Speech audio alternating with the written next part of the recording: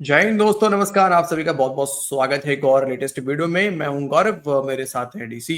दोस्तों, हम लगातार देख रहे हैं कुछ दिनों से कि किस तरीके से पाकिस्तान एक नाकामी को छुपाने के लिए दूसरा बयान बनाता है, दूसरे नाकामी को छुपाने के लिए तीसरा बयान बनाता है।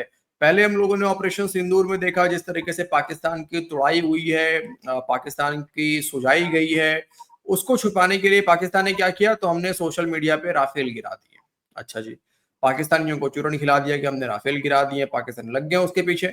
उसके बाद जब वो सब मामला चलता रहा लंबे समय तक, फिर हमने इधर एशिया कप में अभी रिसेंटली देखा भारत के हाथों, तो यहाँ भी तुड़ाई हो गई इनकी। यहाँ जो इनकी तुड़ाई हुई उसके बाद पाकिस्तान ने कहा हम तो एशिया कप से बॉयकॉट कर देंगे। फिर एशिया कप का ड्रामा इन लोगों ने लगाया, बॉयकॉट का ड्रामा लगाया, कल इन लोगों ने गेम भी खेला। ठीक है।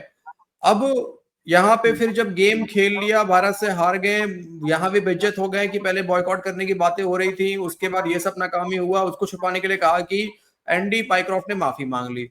एक वीडियो दिखा दिया बिना ऑडियो वाला, उसमें बताया जा रहा है कि एंडी पाइक्रॉफ्ट ने बोला कि भैया तुम्हें नहीं खेलना है, मत खेलो, $16 मिलियन पकड़ा दो हमें। पाकिस्तान की फट गई। वही बयान देने के लिए एंडी पाइक्रॉफ्ट को वहां भेजा गया था, पाकिस्तान की फट गई। फिर वो मैच मैच खेलने को तैयार हो गया, रेफरी भी एंडी पाइक्रॉफ्ट। तो वहां से भी नाकाम हुए, तो तीसरा बयान पाकिस्तान ने लगा दिया है। सऊदी के साथ में एक डिफेंस पैक्ट साइन हुआ, आप सबको पता चल चुका होगा दोस्तों, जिसमें अभी तक क्लियरली ये नहीं पता चला है कि ये किस तरह का डिफेंस एग्रीमेंट है।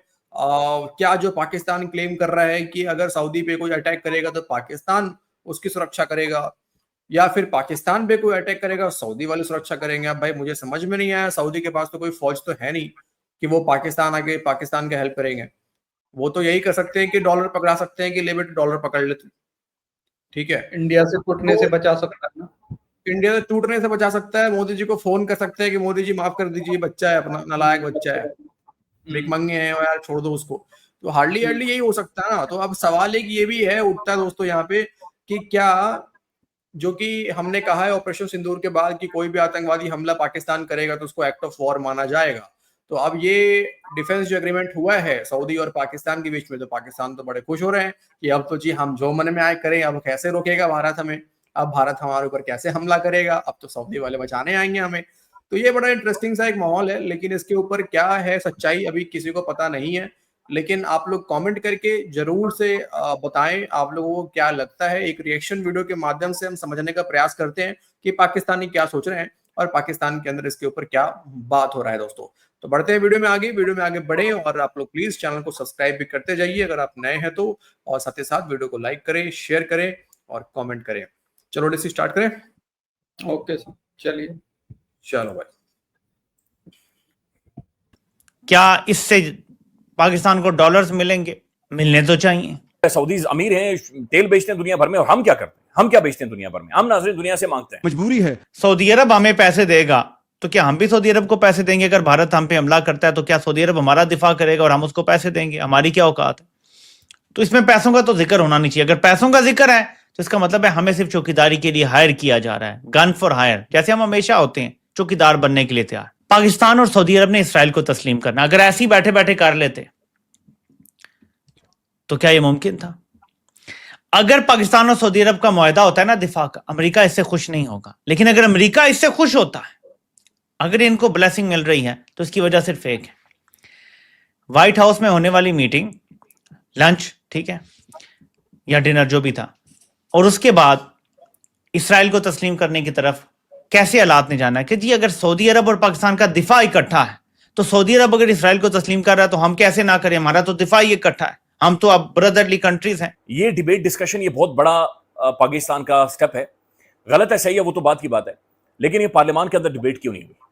पाकिस्तान के पार्लियामान के अंदर, पाकिस्तान की यूनिवर्सिटीज में, पाकिस्तान के टेलीविजन के ऊपर डिबेट डिस्कशन ये मुआहदे से पहले क्यों नहीं हुई? क्यों पाकिस्तान के अंदर अचानक पता चलता है कि जो शहबाज शरीफ साहब है वो जा रहे हैं और सऊदी जहाज उन्हें बाकायदा से प्रोटोकॉल दे रहे हैं?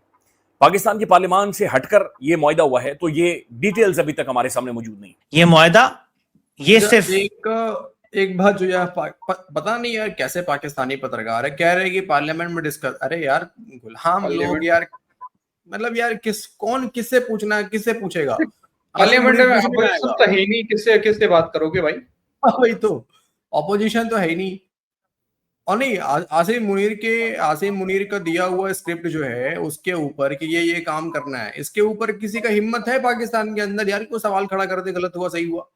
नहीं, बिल्कुल हाँ, नहीं। पाकिस्तानी के अंदर किसी को हिम्मत है कि भाई हमें बताया जाए कि ये डिफेंस एग्रीमेंट किस तरह का एग्रीमेंट है? इनको खुद ही नहीं पता यार अभी तक डीसी। अच्छा, ये जैसे इन लोगों ने डिफेंस पे साइन किया, उसके बाद में अदला बदली करते हैं ना अपना ये सारा कुछ डिफेंस का। इसके बाद में जैसे ही किया था, एमबीएस आते हैं बात करते हुए, इसके जितने भी मिनिस्टर खड़े हुए थे सभी से हाथ मिलाते हैं। साथ में आता है आसिम मुन्नू का नंबर, आसिम मुन्नू हाथ मिला रहा होता, तब बोलता है कि भाई असली किंग मैं ही हूँ पाकिस्तान का, ये नहीं है तो मेरा कठपुतली है। नहीं वो तो भाई है, वो दिख तो रहा है उसके मुंह से ऐसे बोलता हुआ, ऐसे कर रहा है, सारा उसकी तरफ ऐसे कर रहा है, दिख रहा है। नहीं, ये तो नहीं, वो ये भी कह रहा होगा डीसी कि ये सेवा अच्छा देता है, रात में बुला लेना इसको। वो भी कह सकता है कि यही है अच्छा सेवा देता है, इसको बुलाना आज। तो बेशक देखो बात वही डीसी की, एग्रीमेंट हो गया, पाकिस्तानी कह रहे हैं कि यही एग्रीमेंट है। अभी तक सऊदी की तरफ से ऑफिशियली पता नहीं अभी तक आया है कि नहीं आया है, लेकिन अभी तक उस एंड से अभी तक नहीं पता चला है कि ये पूरा मामला क्या है, पाकिस्तान को क्या मिल रहा है, सऊदी इसमें क्या दे रहा है पाकिस्तान को, पाकिस्तान करेगा तो क्या करेगा। एक तो मेरे समझ से ये भी बाहर है कि अटैक कतर के ऊपर हुआ, शहबाज शरीफ कूदा कतर पहुंचा, और हमें लगा कतर के साथ जैसे पाकिस्तानी कह रहे थे कि JF-17 देंगे, शाहीन मिसाइल देंगे, अबाबिल देंगे, लेकिन पता चला कि सऊदी के साथ डील कर लिया। तो डील करना था कतर के साथ, डील कर रहे हैं सऊदी के साथ। तो आपको क्या लगता है सऊदी अरब इंडिया से अपने रिश्ते खराब करेगा इन भिखारियों के चक्कर में? भिखारी के लिए कितना इन्वेस्टमेंट है पता है सऊदी अरब का इंडिया में? लगभग $100 बिलियन से तो आसपास है ही ना यार। तो इनके चक्कर में, भिखारियों के चक्कर में तो इंडिया से रिलेशन खराब तो वो कभी नहीं होने वाला है।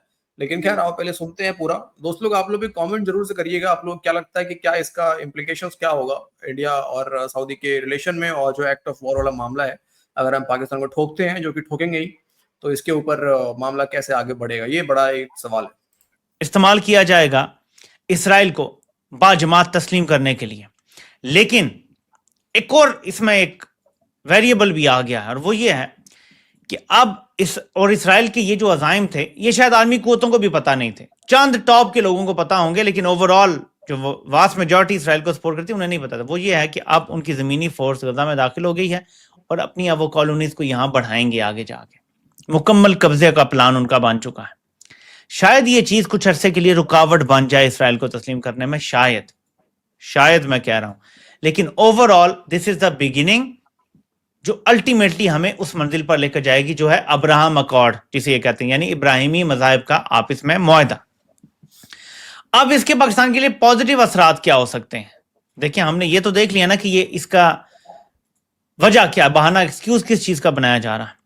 क्योंकि पहले ये खबरें आ रही थी कि जो दोनों हरमैन हैं उनकी सिक्योरिटी पाकिस्तानी फौज को मिलने जा रही है, पाकिस्तानी इदारों को मिलने जा रही है, यानी मक्का और मदीना में जो दोनों हरमैन हैं, मस्जिद नबी हो गई या मस्जिद हराम हो गई, वहां पे पाकिस्तान की फौज तैनात होगी। यहां तक होता तो ठीक था, लेकिन ये जी जॉइंट दिफाई मुआहदा है। मेरा ये सवाल है यहां पे कि अगर भारत हम पे दोबारा हमला करता है तो क्या सऊदी अरब के जहाज भारत में जाके हमला करेंगे? कि पाकिस्तान की किससे लड़ाई है, आप मुझे बताएं। सऊदी अरब ने अभी हालिया ही नरेंद्र मोदी को शहबाज शरीफ से ज्यादा प्रोटोकॉल दिया है। सऊदी अरब के नरेंद्र मोदी के साथ $100 अरब इन्वेस्टमेंट के मुआहदे हैं। वीडियो यहीं तक है डीसी। देखो वीडियो, ये रिएक्शन करने का इस वीडियो के ऊपर मकसद यही है कि दोस्तों का कमेंट ले हम लोग, कि बाकी लोग देखो, क्योंकि क्लैरिटी तो है नहीं ना, अभी हम कुछ भी बोल नहीं सकते कि हाँ ये हुआ है चाहिए हुआ है, क्लैरिटी है नहीं। तो जब क्लैरिटी नहीं है तो अब हम लोग इसके ऊपर क्या हो सकता है, सबसे हमें देखो, हमें कोई फर्क नहीं पड़ता सऊदी के ऊपर कुछ हो, पाकिस्तान करे इट्स ओके, पाकिस्तान के ऊपर हो सऊदी करे इट्स ओके, हमें मतलब है पाकिस्तान को ठोकने से। उस ठोकाई के बीच में सऊदी किस हद तक इंटरफेयर करता है वो देखना इंटरेस्टिंग होगा, और क्या इसमें इंडिया को लेके बात किया भी गया होगा, ये अपने आप में एक बड़ा सवाल है। इंडिया इसमें डिस्कस हुआ भी होगा यार, इस बंदे ने भी, पाकिस्तानी ने भी लास्ट में बोल ही दिया ना, लास्ट में बोला वही बात जो हम बोल रहे थे। भाई सऊदी अरब इंडिया के साथ में संबंध अपने खराब नहीं करेगा, उसने यहाँ पे बिल्कुल कंडीशन रखा होगा कि भाई इंडिया के मामले में नहीं होगा ये, बाकी का हम देख लेंगे, इंडिया के मामले में ये डिफेंस मतलब तो लागू नहीं होगा। मुझे तो दोस्तों ये यमन वाला ही लग रहा है मामला, जो 2015 में इन लोगों ने मांगा था, सऊदी ने फौज पाकिस्तान से, और पाकिस्तान ने उस समय फिलहाल मना कर दिया था। रिसेंटली हमने देखा कि यमन कतर के ऊपर अटैक हुआ, शहबाज शरीफ पहुंच गया। यमन के ऊपर इसराइल जब भी अटैक करता है कोई बयान नहीं आता पाकिस्तान की तरफ से, है ना। तो ये कहीं ना कहीं मुझे लग रहा है कि यमन सऊदी वाला जो पंगा चलता है, और ऐसे भी ईरान और सऊदी में तो पटता नहीं है, तो ऐसे में मुझे लगता है कि कहीं ना कहीं यमन को देखते हुए ये एग्रीमेंट किया गया है। और ये कहीं ना कहीं सऊदी वालों को लग रहा होगा, एमबीएस को, कि आगे जाके जिस तरीके से इसराइल अभी एग्रेसिव है, उस तरीके से उसको देखते हुए ऐसा लग रहा होगा सऊदी को कि ये युद्ध जो है ना मिडिल ईस्ट का, वो और ज्यादा फैल सकता है। तुर्की भी बयानबाजी कर रहा है, तो यमन, कम से कम यमन से और ईरान से बीच में ला देते हैं पाकिस्तान को, और अमेरिका की मर्जी से ही ये हुआ होगा, क्योंकि अमेरिका की अगेंस्ट जाके तो पाकिस्तान कुछ कर दे, ये तो इनके पिछवाड़े में इतना दम नहीं है भाई। तो मुझे तो ये यमन वाला ही लग रहा है मामला। और अगर ऐसा हुआ है, यमन को लेके हुआ है, तो फिर तो भाई पाकिस्तान और ईरान, मतलब आप पाकिस्तान के बॉर्डर पे ना तो ठुकाई इनका शुरू होगा आगे जाके, वो 1 साल 2 साल या 6 महीने बाद जो है वो समझ में आ जाएगा भाई। तो डीसी वीडियो में रहने रहते हैं, दोस्तों के ऊपर छोड़ते हैं कि दोस्तों आप लोग कमेंट कीजिए, आप लोग क्या सोचते हैं इस बारे में, आप लोग क्या समझते हैं, और जो हमारे नॉलेज है उसको बढ़ाइए आप लोग कमेंट करके। फिलहाल जो हमारी समझ थी उसके मुताबिक हमें तो यही लगता है, आप लोग क्या सोचते हैं वो बताइए हमें। जय हिंद दोस्तों, वीडियो को अंत तक देखने के लिए आप सभी का बहुत बहुत धन्यवाद। मिलते हैं आपसे अगले वीडियो में, अपना ख्याल रखें। जय हिंद।